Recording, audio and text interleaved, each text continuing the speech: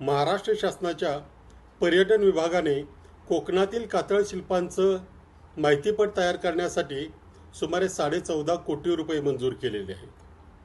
कातळ शिल्पांचं माहितीपट करणं याच्यात गैर काही नाही, उलट ते कौतुकाचीच बाब आहे.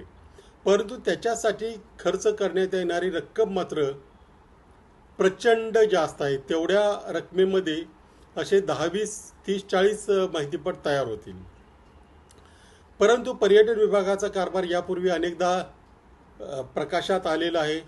विनाकारण खर्च करणं, न केलेल्या कामाचेही पैसे देणं, असे अनेक प्रकार घडलेत.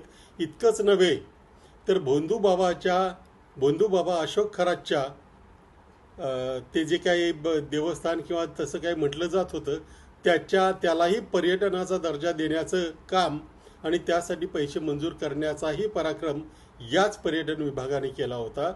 पर्यटन विभाग एकापाठोपाठ एक असे पराक्रम करत चाललेला आहे.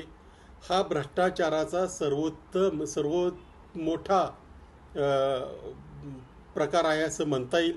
मुख्यमंत्र्यांनी याची तातडीनं दखल घेतली पाहिजे आणि कातळ शिल्पावर माहितीपट नक्की करा, परंतु योग्य रकमेत, योग्य पद्धतीने आणि योग्य त्या लोकांकडून करून घेतलं पाहिजे.